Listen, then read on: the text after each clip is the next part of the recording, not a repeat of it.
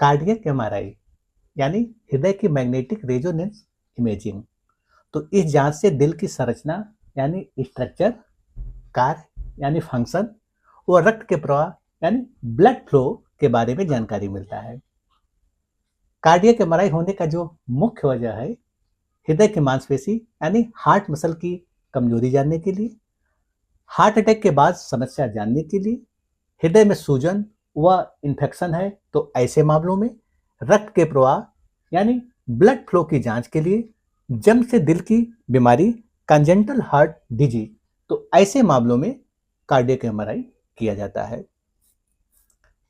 Cardiac MRI से पता चलता है दिल का आकार व बनावट के बारे में, हृदय कितनी सही तरीके से पंप कर रहा है इसके बारे में पता चलता है, वाल्व की स्थिति के बारे में, ब्लड फ्लो यानी रक्त के प्रवाह के बारे में, हार्ट टिश्यू में नुकसान की स्थिति के बारे में पता चलता है।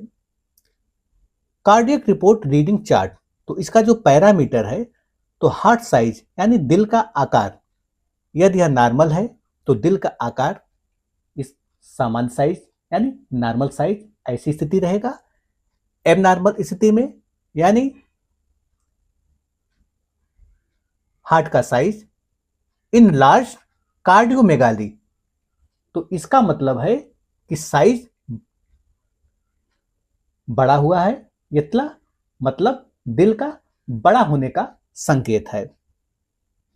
चैम्बर साइज, यदि सामान्य है तो सभी चैम्बर सामान्य स्थिति में होगा। एबनॉर्मल स्थिति में डायलेटेड इनलार्ज, तो इसका मतलब है कि हार्ट कमजोरी का संकेत है। वॉल मोशन यानी दीवार की गति, यदि यह सामान्य है तो दीवार की गति नॉर्मल कंट्रैक्शन ऐसी स्थिति में होगा। एबनॉर्मल स्थिति में हाइपोकिनेसिया यानी एक्नेसिया, तो इसका मतलब है कि हार्ट अटैक का असर का संकेत है। इजेक्शन फ्रैक्शन ईएफ, यदि यह सामान्य है तो इसका रेंज 55% से 70% होना चाहिए। असामान्य स्थिति में मतलब ईएफ का परसेंटेज सामान्य स्थिति से कम है, मतलब 50% से कम है या 50% है, तो इसका मतलब है कि दिल की पंपिंग कमजोर है। मायोकार्डियम मतलब हार्ट मसल, तो यदि यह सामान्य है तो नॉर्मल थिकनेस ऐसी स्थिति में होगा। एबनॉर्मल स्थिति में थिक यानी थिन। कार्डियोमायोपैथी, तो इसका मतलब है कि हृदय की मांसपेशी की बीमारी का संकेत है। वाल्व, यदि सामान्य है तो वाल्व सही से खुलना या बंद होगा ऐसी स्थिति होगा।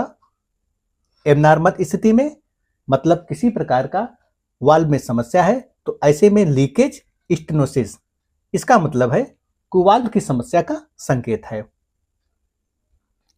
ब्लड फ्लो यानी रक्त का प्रवाह, तो रक्त का प्रवाह सामान्य है तो स्मूथ फ्लो ऐसी स्थिति होगा। अगर किसी प्रकार का प्रवाह में बाधा या समस्या है तो ऐसे में ऑब्स्ट्रक्शन टर्बुलेंस, तो ऐसे में ब्लड का फ्लो यानी रक्त का प्रवाह बाधित हो रहा है या किसी प्रकार का समस्या है, तो इसका मतलब है ऑब्स्ट्रक्शन टर्बुलेंस का संकेत है। पेरिकार्डियम यानी दिल की झिल्ली, तो यदि यह सामान्य है तो दिल की झिल्ली अपने सामान्य स्थिति में होगा यानी नॉर्मल होगा। अगर दिल की झिल्ली में किसी प्रकार का समस्या है तो इसका मतलब है कि असामान्य स्थिति में फ्लूइड यानी पेरिकार्डियल इफ्यूजन का संकेत है। स्कार फाइब्रोसिस, तो यदि यह सामान्य है तो रिपोर्ट में नहीं ऐसी स्थिति होगा। अगर किसी प्रकार का समस्या है तो हार्ट अटैक के बाद डैमेज का संकेत है। मास और ट्यूमर, यदि यह सामान्य है तो नहीं होगा, किसी प्रकार का ट्यूमर नहीं रहेगा। असामान्य स्थिति में रेयर ट्यूमर या एबनॉर्मल ग्रोथ की संकेत है। कंजेंटल डिफेक्ट, तो यह भी यदि सामान्य है तो यह भी नहीं होगा। यदि किसी प्रकार का समस्या है तो इसका मतलब है कि जन्म से दिल की खराबी का संकेत है। कंट्रेस्ट इनहेंसमेंट, तो यदि यह सामान्य है तो नहीं होगा। अगर किसी प्रकार का समस्या है यानी असामान्य स्थिति में, तो ऐसे में इन्फेक्शन, डैमेज हाइलाइट का संकेत है। रिपोर्ट के अंत में इंप्रेशन यानी कंक्लूजन, तो निष्कर्ष बताया जाता है।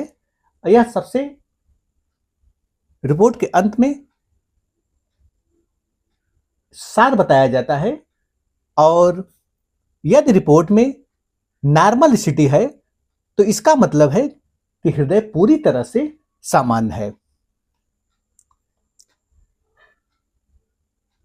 यदि रिपोर्ट में माइल्ड डिस्फंक्शन ऐसी स्थिति है तो इसका मतलब है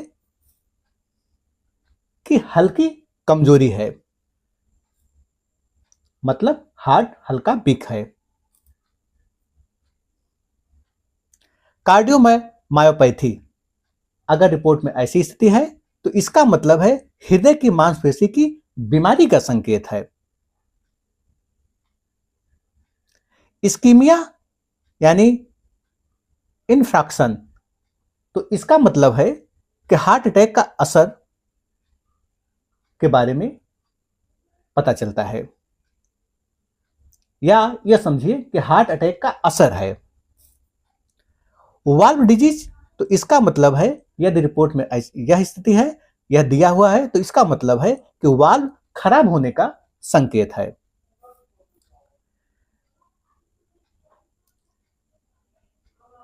इंपॉर्टेंट वैल्यू इजेक्शन फ्रैक्शन, तो ईएफ का जो परसेंटेज है वह भी 55 मतलब 55 से 70% यदि है तो वह नॉर्मल स्थिति में है।